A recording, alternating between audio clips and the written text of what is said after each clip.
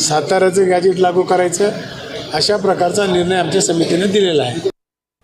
मराठा आंदोलनातील खटले मागे घेण्यासंदर्भात सरकारकडून हालचाली सुरू झाल्यात। गुन्हे मागे घेण्यासंदर्भात जीआरमध्ये सुधारणा केली जाते। सप्टेंबर 2025 पर्यंत दाखल झालेले गुन्हे मागे घेतले जाणार आहेत। मराठा आंदोलनातील सौम्य गुन्ह्यांसंदर्भात निर्णय जारी करण्यात आलेला आहे।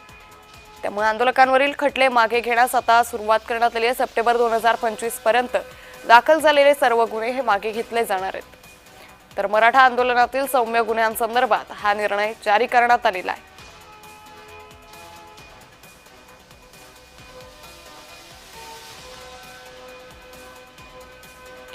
त्यामुळे मराठा आंदोलन जे मुंबईमध्ये पेटलेलं होतं ते ज्या आंदोलकांवरती गुन्हे दाखल करण्यात आलेले होते त्या आंदोलकांवरील खटले मागे घेण्यासंदर्भात आता हालचाली सुरू झाल्याचं सध्या पाहायला मिळतंय। ही मागणी मनोज जरांगे पाटील यांनी केली होती।